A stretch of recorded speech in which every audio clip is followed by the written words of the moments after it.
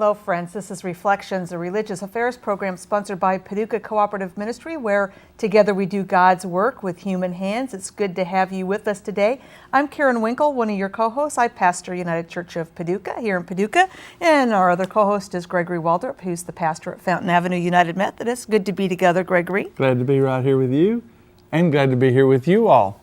You're in for a treat. In this Reflections show, we have a report on Operation Peanut Butter, which is a fun and important mission project out of the Paducah District of the United Methodist Church, out of Paris District of the United Methodist Church, out of Paris, Tennessee. We have with us Joe Gary, who is the superintendent of the Paris District, and we have Elyse Bell, who is the stateside coordinator for Operation Peanut Butter. Welcome to you all. Thank you. We're glad you're here. We want to know about this intriguingly named mission. Tell us about Operation Peanut Butter. Well, Project Peanut Butter was really developed by Dr. Mark Maneri at Washington University in St. Louis. He was looking for a way to help severely malnourished children in Africa, and he had worked on this for several years. We've been going to Sierra Leone for 6 years now, and on our second trip we met a mother named Teresa at the clinic with twin boys, John and Joseph. And they were severely malnourished and dehydrated, and we frantically did our best efforts to try and save them. Joe even drove to a nearby city to try to find a pediatric IV, and there were none. During the night, Joseph died. And it broke my heart. And I came home thinking, what in the world could one person possibly do to help save children in a small village in West Africa? And I told my friends about it, I told my family about it. And my daughter lives in St. Louis, and she called and said, Mom, I've heard this report of Dr. Maneri in St. Louis. I think maybe you could take this to Sierra Leone. So I checked to make sure the ingredients were available there, and they were, and the following year we took Project Peanut Butter to Sierra Leone. It's a mixture of vegetable oil, sugar, powdered milk, peanut butter, and a really strong mixture of vitamins and minerals that only comes from France. We mixed it in a big bowl out in the middle of the bush. We tried doing it with spoons, and it's very difficult to do. And my children have been very helpful here. My son said, Mom, don't you know that when kids go to the football games, they watch big screen TVs that are hooked into battery inverters on cars? So we bought a battery there, a battery inverter, and hooked up an electric mixer out in the middle of the African bush. Now, the children come and they're weighed, they're measured. We talk to their moms about how vulnerable they are. And if they fall in a weight and age range for severely malnourished children, we start them and enroll them in this project. We have since sent a individual volunteer in mission there to keep this going. We were so afraid it wouldn't survive after we left. And she sees a 96% success rate among children who are started on this program. Within 6 to 8 weeks, they come out of their severely malnourished state, and they're sustaining this. Chelsea's recently working with Dr. Maneri, and she has found a donor who is willing to set up a factory for her so that she can mass produce this and take it to lots of villages instead of just the one village that we started with. So Chelsea's there on the ground all the time, and we do funding for her as well as Dr. Maneri to see that this is going to continue throughout this country. So this is food that's super powered. Right. And mothers would take this home, and it's in a little bottle. Dr. Maneri originally developed it so that mothers didn't have to take their babies to the hospital. He wanted something that they could take home with them so they didn't have to leave their families at home. And a small bottle, they take several spoonfuls 5 to 7 times a day, and it gets enough nutrients and protein in them They come back to be screened every 2 weeks at the clinic to see how their weight has improved, and they get a new supply of the supplement.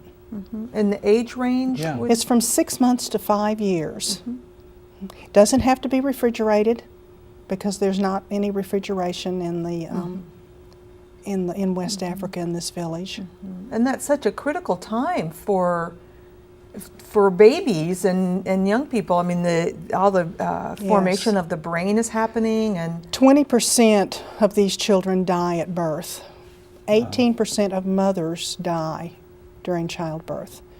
Of the children who survive at birth, another 20% die before the age of 5, either due to malnutrition or malaria or other illnesses.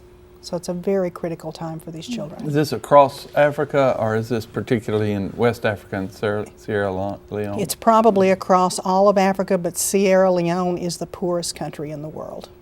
Is that right? The United Nations ranks countries of the world. There are 177 countries, and it ranks 177th. Well, I know, having had a daughter visit over in West Africa last year as well, the food situation when rice went way high, and I mean, it had an enormous impact on those impoverished countries particularly. What about Sierra Leone? Absolutely. I'll let Joe speak to that too. One of the other projects that we're doing there is called Tiama Farms to help grow food to help them out of this cycle of poverty and starvation. Elyse mentioned the United Nations Poverty Index survey, and Sierra Leone is the world's poorest nation. We hear about Sudan. We think about the wars in Iraq and Afghanistan. These are in the news. These are troubled nations and need our attention as well. But Sierra Leone emerged in 2002 from a 10-year civil war that was forced upon them, really developed from neighboring Liberia, and then leader Charles Taylor, who coveted the diamonds in the country to fund his war efforts. And so he destabilized the neighboring country. A terrible civil war ensued, the so-called blood diamonds, because they purchased weaponry. So that was 10 years that many people died. No one went to school. Roads, buildings, hospitals, infrastructure was either destroyed or not maintained. And so the country is emerging in the last half decade from a terrible 10-year civil war, and that helps to explain its current position. Sierra Leone is a beautiful country, and at one time they were able to feed themselves. They're beginning to come back, but a lot of the older young adult, the middle-aged adult, the older adult population that had the wisdom or the experience in agriculture lost their lives or had to leave during the Civil War. So it's really a nation of teenagers. It's a nation of very young 20-somethings, and there's no know-how in order to do this, especially in terms of agriculture. Some, but it's growing. What we have there at Tiama, where we focus our work, which is in the southern region, Bo is the regional capital of that area of Sierra Leone.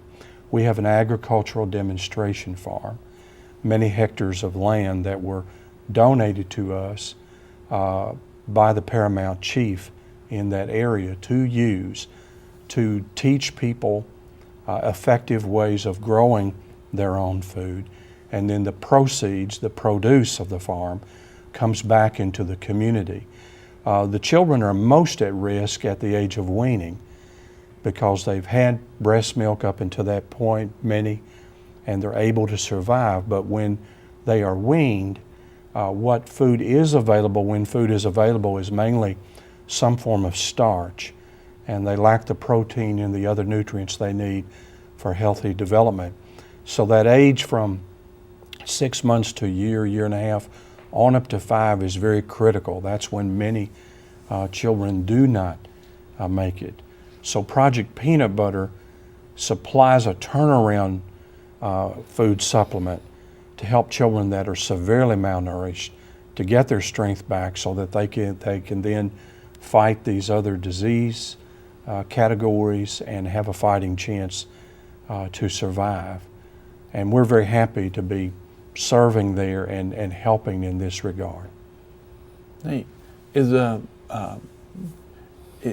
again out of Paris? Is that where it's sort of headquartered, or is this a larger project somewhere else? Or? Our viewers today can go to projectpeanutbutter.org for the website that's based in St. Louis and directed by Dr. Mark Maneri, who is a teaching physician, pediatrician on the faculty of Washington University in St. Louis.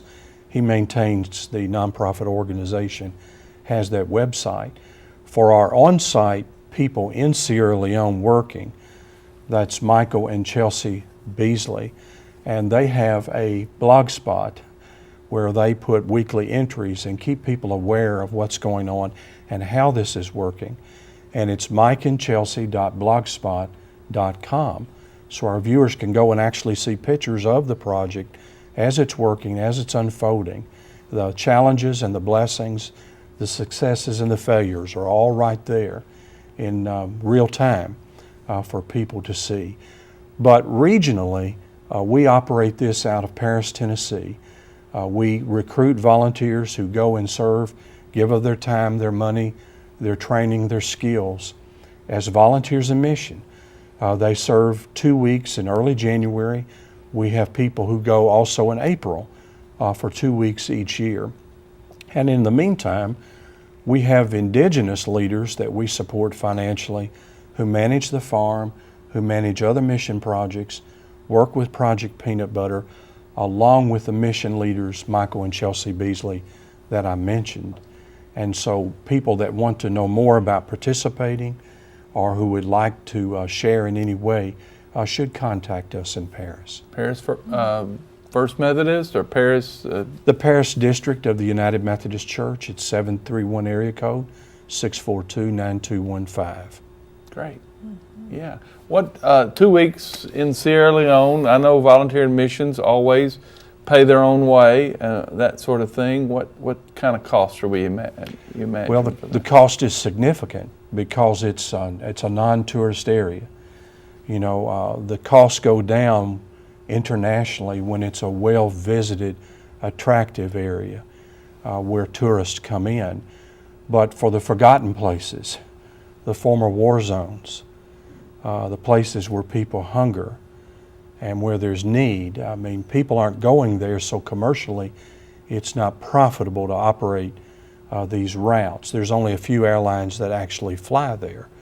So the cost is significant. I think this year for the airfare, for room, and for transportation, for the meals, and for your contribution to the work that we do there, we're charging $3,200. And much of that is driven by the high cost of fuel and the airlines. Yeah. Yeah. Great. Elyse, I'm wondering, my focus often is how our efforts change us, or clearly you're making a huge impact on the lives of families in Sierra Leone, but also there's something that I know has happened for you as a consequence of being involved in this. Can you just give us a little glimpse, because I can't imagine what it would be like to go from really the richest country in the world to the poorest. Yes. That has bound to have affected you. Yes, it's affected me amazing ways. When I first went there, I really prayed, don't turn me into a blithering idiot when I walk off the plane, when I see this poverty. I really thought I knew what poverty was because I'd done social work here in this country. But it's hard to describe. The poverty goes on and on and on. There is no end. So I definitely was touched by the extent of the poverty. But the other thing I wasn't expecting was the faith of the people. They live by it every day because it's all they have to survive. And so I go there thinking I'm going to help out some of these folks, and they end up blessing me instead. They give me such faith and such hope in humanity that if we all work together, we can make a difference in people's lives. They have changed our lives. Mm-hmm. Mm-hmm. Because there's something that seems to happen when people who, whose lives are comfortable encounter people who are struggling, and there's a perspective, I think, that comes about who's rich and who's poor. Exactly. Exactly. And not that you would identify yourself as poor, but when you see that wealth of faith, there's something, there's a perspective that comes as a consequence. That's what's really important in the world. And we see their love, we see their families, we see how they all struggle together and how they help each other. And this is a Muslim country, but we see Muslims and Christians all working together for the common good of their people. Tell us a little more about the country. This Sierra Leone, it's equatorial Africa? It's sub-Saharan and just north of what we would typically call equatorial Africa. It's on the west coast of the continent, just below Mauritania, Senegal, and Guinea, and just north of Liberia. And so it has, in terms of its topography and its flora and its fauna and its environment, it has a mix of things that we would associate with the whole continent of Africa. Part of it is the Sahel, which is just below the Sahara. Some of the Saharan sands come in during certain times of the year, real fine pumice in the air. It also has much open savanna and grasslands, but it also has tropical forest and mountains and hills and rivers, beautiful rivers. And so it has a really diverse mix of beauty and natural display. It's physically about the size of the state of South Carolina. It even resembles that on a map, the shape of the country. And it has between 5 and 6 million inhabitants. Its capital is Freetown. The three major languages are Creole, Mende, and Temne, and there are a mix of racial groups there, ethnic groups within the country. So it is a mix, probably religiously, of about 70% Sunni Muslim for the most part, and about 20% Christian, and then the remainder would be indigenous beliefs, African traditional religions. And the settings that you go to, we're talking about adobe, mud huts. What are we talking about? Concrete buildings? Where do you stay as volunteers? What are the homes that you visit in? What is We're currently staying at Njala University, which is about 15 miles from Tayama, the village that is the focal point of our operations. Njala is an agricultural school.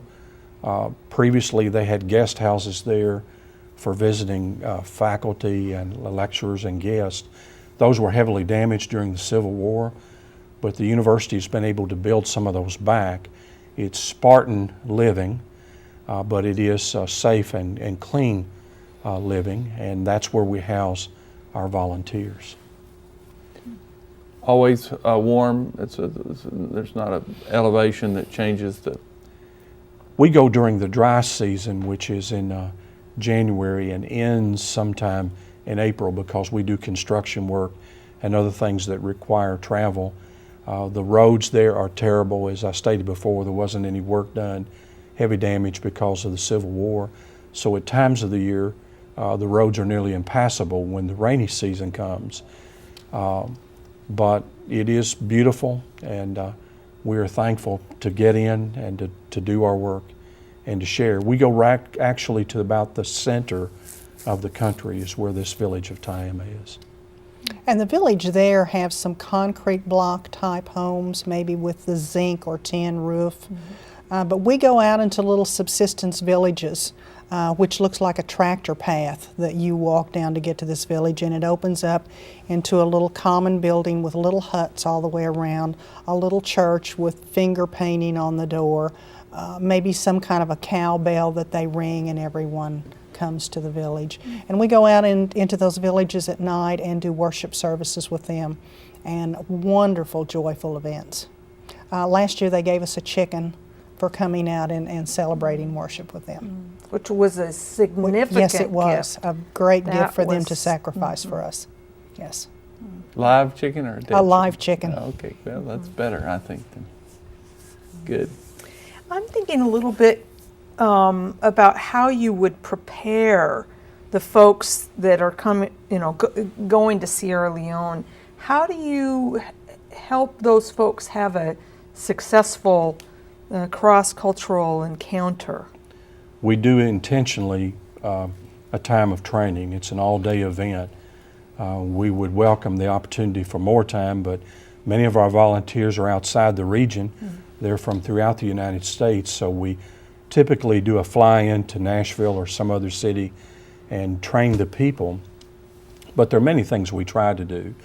We do try to prepare them for culture shock as much as one can in advance of the actual experience. One thing we do is we dispel any romantic notion of mission work. People tend to idealize mission work, and then when it doesn't live up to the ideal, they can be disappointed or angry. The truth is, it's very dirty, sweaty, tireless work. It requires a tremendous amount of giving and humility and being available, often for things that we didn't think we were going to be asked to do, but were needed once we arrived. So it takes a person who is able to adjust their expectations and deal with change rapidly. And we Americans are so accustomed to our routines and our needs and our accoutrements and blessings that to be able to get out of that and enter into someone else's suffering is something that we need to expect and be trained for. There's a wonderful instrument available from the Church of Jesus Christ of Latter-day Saints. It's called a culturegram. And this comes from, of course, Utah. And one can do an internet search and look up culturegram. And they have a very objective, I might add, 4 or 5 page summation of the culture of every country around the world that I have found, in my experience as a mission leader, to be right on target about do's and don'ts, areas of concern, areas where you need to show respect and consideration. And so we share those with our team members too. We also try to train them in the language or languages that they'll be using, at least simple greetings and simple ways to ask questions of common human need, because it means so much to people in other countries for you to at least be willing to try to speak their language and understand their culture. And these are some of the ways. Of course, it takes a great effort to train people, but these are some of the approaches we use. And then do you have kind of a debriefing after? The re-entry after an experience like that? Yes, and Involves that much. begins actually just before we leave. We have team meetings every day where people are allowed to vent, encouraged to share. And one of the questions I ask is, where did you see God at work today? You know, what makes you happy? What did you witness today that breaks your heart? Something to get people speaking, sharing, unloading, because so much falls on the person. We carry so much with us from those experiences. And then we do debriefing just before we return to try to help people begin that transition. Since this is a 2-day journey by air, there's typically plenty of time to go one-to-one and see who might be hurting, who is having difficulty letting go. What we find is that people deal with a sense of guilt. They see what they're leaving behind, they see what they can't change. They know they're coming back to the land of the free and the home of the brave and a place of opportunity. Even during these difficult and uncertain economic times, we are still so blessed. They know that. And so there's this guilt of, well, I'm getting to go back. I'm not going to have to wonder about where my next meal comes from. But I just left someone who doesn't have food for tomorrow. So we try to deal with that too. And we even inject some humor in it. You know, I always remind them about the preacher that took a trip to the Holy Land and went for 2 weeks and then talked about it from the pulpit every Sunday for 2 years.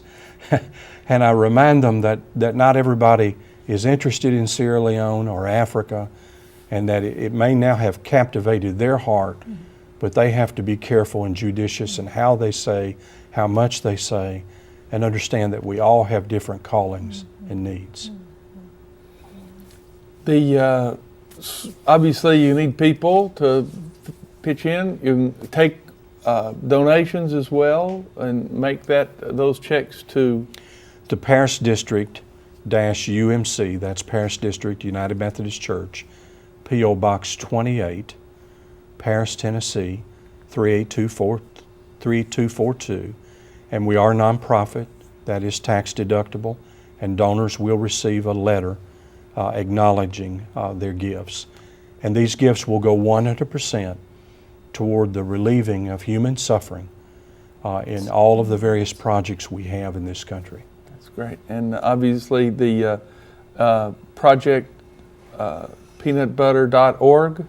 Yes, is the website to find out about the extensive international work, because Project Peanut Butter is not only in Sierra Leone, it's also in Malawi, which is in the southern part of the African continent, and there are other developing projects. It's a great outreach. Great, great. And the phone number one more time, Joe. 731 area code 642-9215, and ask for Joe Geary or for Elyse Bell. Or anybody at that number will know about Operation Project Peanut Butter, and Yes. also the larger mission that's going on there. Yes. Anything else? Last call that we need to know before we close the program. Every 5 seconds, a child dies in the world of hunger. Every 5 seconds. And we can't change that for the entire world, but we can change that for a few children, one at a time, and it certainly makes a difference in their lives and in their families' lives. And we don't know who those children will grow up No, to we be. don't. No, we don't. Yeah. Well, thank you for coming, You're Elyse welcome. Bell and Dr. Joe Geary, and for making the trek from Paris to be with us, to remind us really of the difference that we can make and the gap between the haves and the have-nots, an important perspective giver, particularly for us right now in a difficult economic time. We still need that perspective. So blessings upon you and for all that you're going to be doing. Thank you for your gift. Thank you for this time together, Glad to and be thank right you for here. joining us here at Reflections. Do join Paducah Cooperative Ministry, doing whatever you can, however you can, with these hands that God has given us, our human hands. Shalom. Shalom.